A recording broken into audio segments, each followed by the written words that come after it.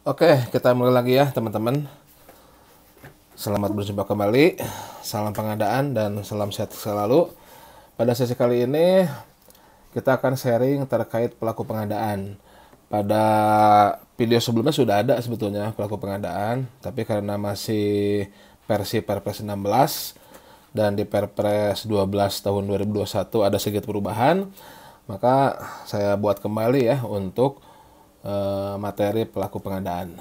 Oke, beberapa perubahan signifikan akan dibahas pada sesi kali ini, yaitu dicoretnya PPHP atau PJPPHP. Kemudian ada sedikit tambahan terkait KPA dan PPK.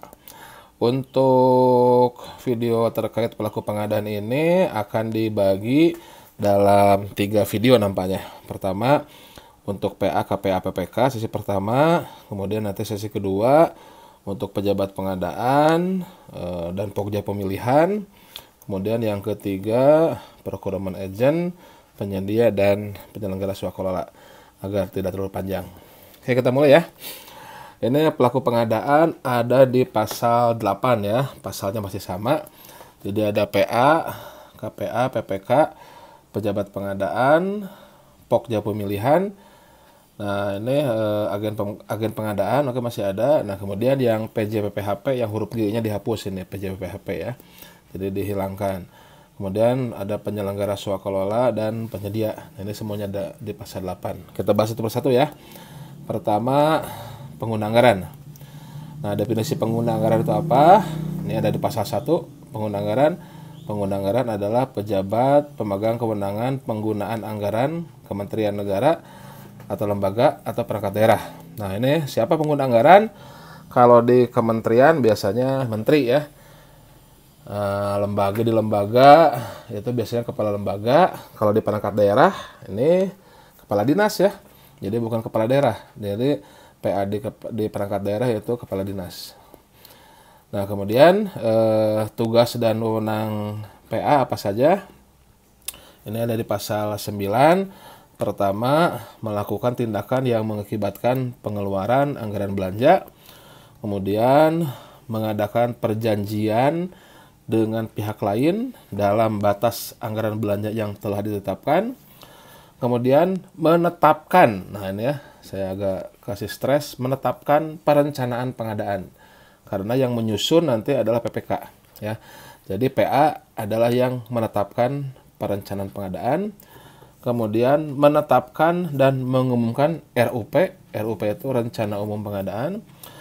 Kemudian melaksanakan konsolidasi pengadaan barang jasa pada level PA ya. Kemudian menetapkan penunjukan langsung untuk tender atau seleksi ulang ya yang gagal. Kemudian untuk menetapkan pengenaan sanksi daftar hitam. Nah, ini F1 ya, tambahan di Perpres 12 ya. Dulu juga sebenarnya sih sudah dilakukan kan, cuman tidak dimasukkan secara eksplisit ataupun secara tertulis di Perpresnya. Nah, di Perpres 12 muncul menetapkan pengenaan sanksi daftar hitam. Oke. Kemudian selanjutnya ada dia membuat organisasi pengadaan dengan menetapkan PPK, menetapkan pejabat pengadaan ya. Kemudian menetapkan PJPPHP tentunya dihapus karena PJPHP-nya sudah hilang ya, sudah dihapus juga.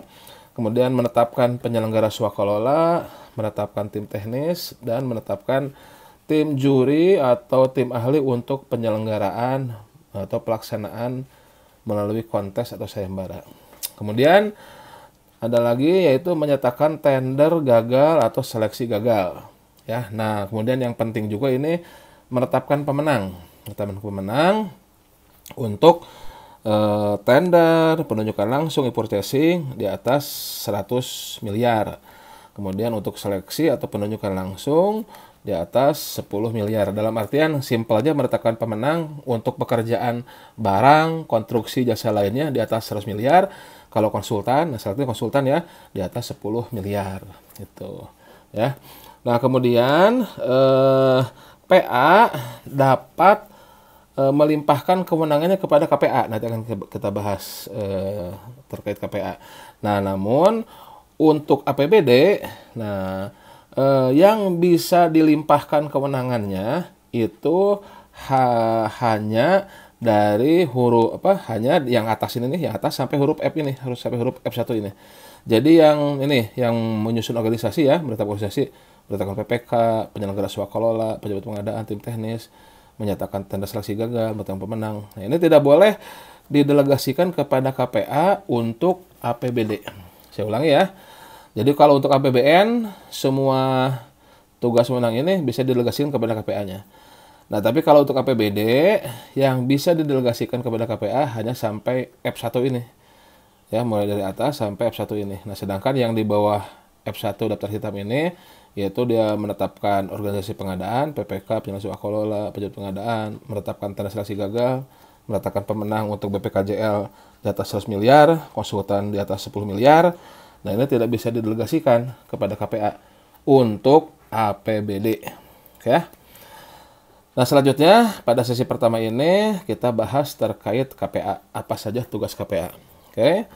Pertama definisinya, KPA, kuasa pengguna anggaran, adalah pejabat yang memperoleh kuasa dari PA untuk melaksanakan sebagian kewenangan dan tanggung jawab penggunaan anggaran.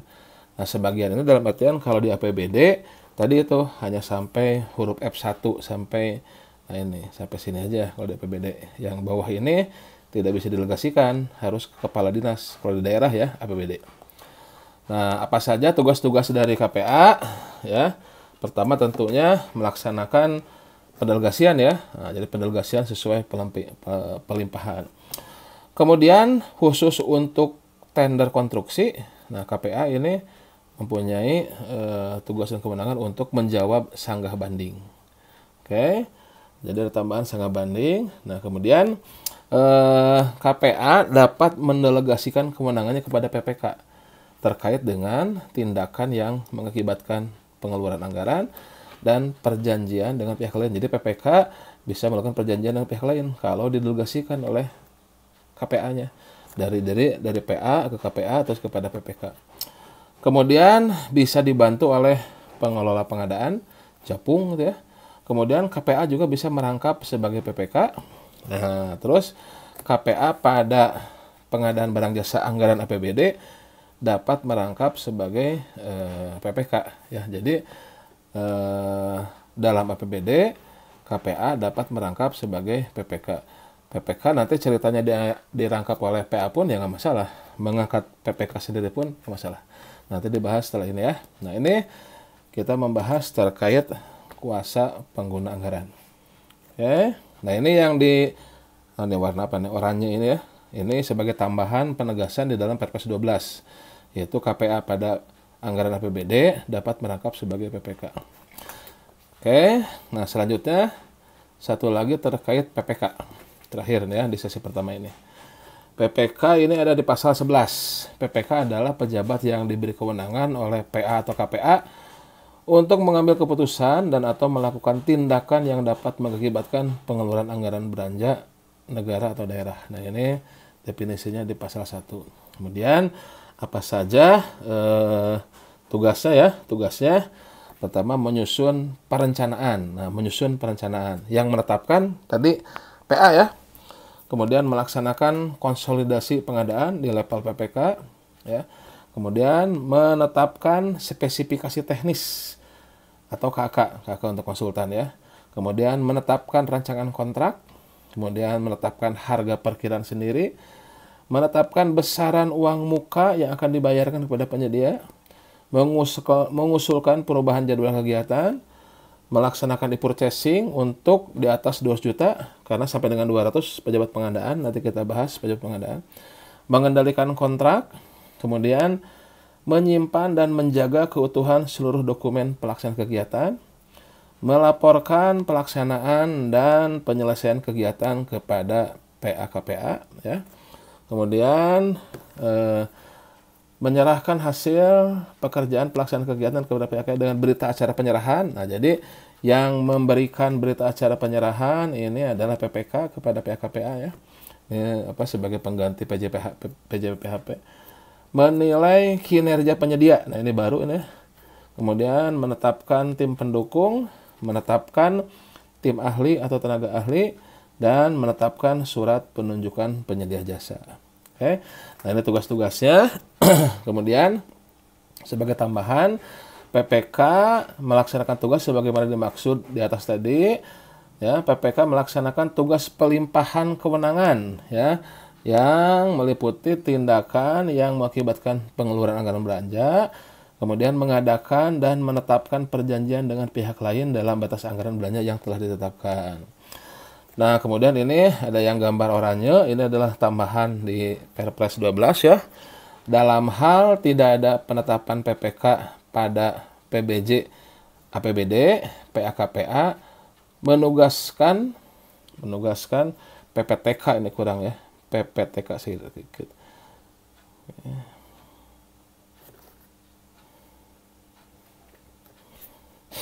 Oke, saya ulangi. Ini yang oranye adalah tambahan dari Perpres 12 ya.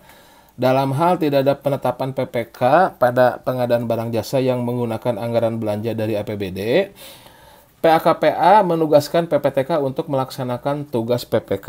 Jadi ada opsi kalau tidak menetapkan PPK ya, maka PAKPA dapat menugaskan PPTK untuk melaksanakan tugas PPK. Tapi bukan sebagai PPK ya, PPTK-nya. PPTK-nya itu bukan sebagai PPK ya. Jadi yang jadi PPK ya PA atau KPA. Nah, tugas-tugasnya untuk melaksanakan tugasnya dibantu oleh PPTK. Itu ya. Jadi opsinya yang menjadi PPK bisa PA, bisa KPA, bisa menunjuk PPK.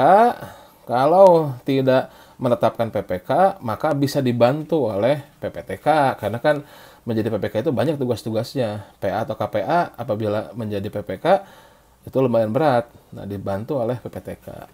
Kemudian apabila ada PPTK ya, nah maka PPTK ini wajib memenuhi persyaratan kompetensi PPK. Karena apa?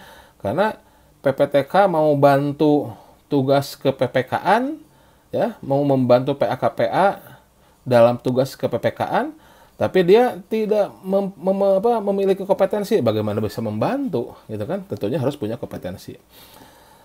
Kemudian definisi PPTK adalah pejabat pada unit SKPD yang melaksanakan satu atau beberapa kegiatan dari suatu program sesuai dengan bidang tugasnya. Itu definisi dari PPTK. Nah itu ya, ini terkait PPK.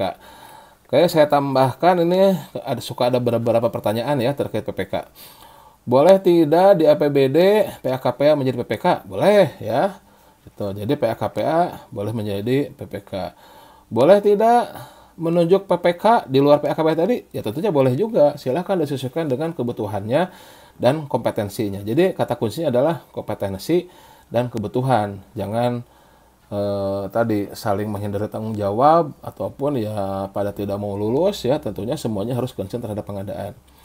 Ya, karena aturan Permendagri juga begitu ngaturnya, Perpres juga begitu ngaturnya. Nah, kemudian saya sebagai pengelola di APBD, ya, kepala dinas tidak akan menunjuk PPK, ya silahkan. Berarti kerjakan sendiri kepala dinas sebagai PPK, ya. Karena bukan kepala dinas menangkap PPK, tapi memang sudah tugas Anda, tugas kepala dinas, ya, dan kewenangan kepala dinas untuk melakukan tadi pengeluaran anggaran, tugas-tugas ke PPK-an. Tapi pastikan memang mampu mengelola pengadaan secara keseluruhan ya. Kata kuncinya adalah kebutuhan dan kompetensi di sini ya. Nah, mampu tidak ya. Kalau tidak mampu ya bisa didelegasikan, bisa dibantu. Kemudian beberapa kata kunci lain PPTK yaitu membantu sebagai PPK bukan sebagai PPK. Kemudian ada yang ditanyakan, PPK boleh tanda tangan kontrak? Ya boleh kan, ada di Perpresnya itu. Asal didelegasikannya sesuai dengan pelegasiannya bagaimana.